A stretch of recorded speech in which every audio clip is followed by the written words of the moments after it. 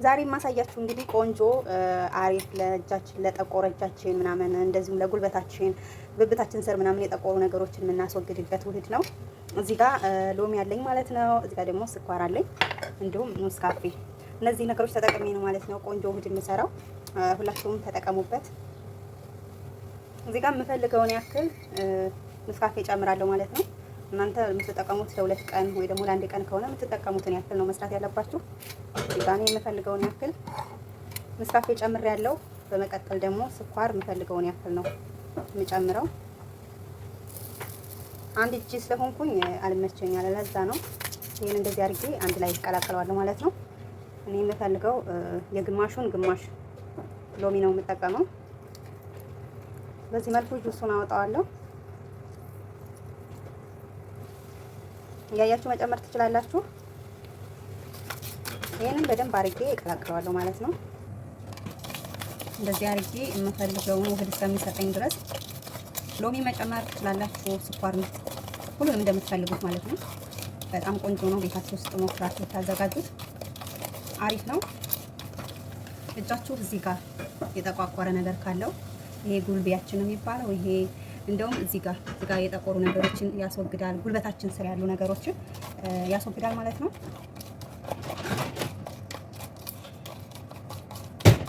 በዚህ መልኩ አዋህደዋለሁ። እንደዚህ አድርጌ አዋህጄ ከጨረስኩኝ እኔ ዛሬ እጄን ነው ለመቀባት የፈለኩት። እጄን እቀባለሁ ማለት ነው። እንግዲህ ካሜራው አላቅም በደንብ ይታያችኋል ብዬ ተስፋ አደርጋለሁ።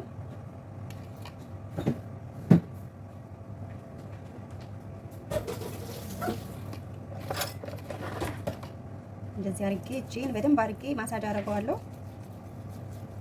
በተለይ አሁን ላይ የረመዳን ስራ የሚበዛባችሁ ልጆች እቃ ስናጥብ ውሃው ለሚጨመድደን እንደዚህ ጥቋቁር ነገሮች ላሉት ለተሰነጣቀቁ ነገሮች በጣም አሪፍ ነው። እንደዚህ አድርጋችሁ ሙሉ እጃችሁን የምትፈልጉትን ጠቆብናል የምትሉትን ክፍል እንደዚህ አድርጋችሁ በደንብ አድርጋችሁ ካሻችሁ በኋላ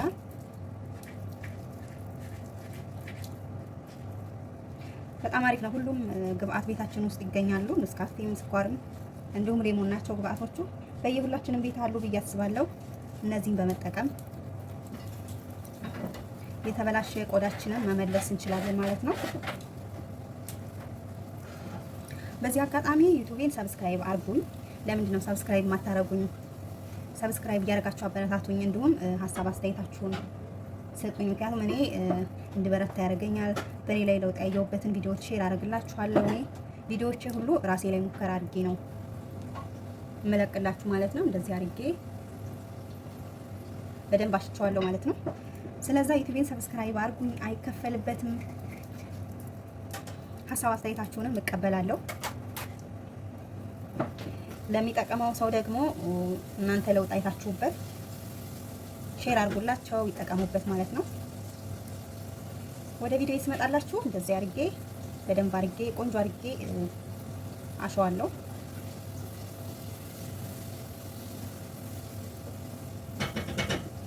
ቆዳችን ሁሉ ሞይስቸራይዝ ማድረግ ይፈልጋል። በተፈጥሮ ነገሮች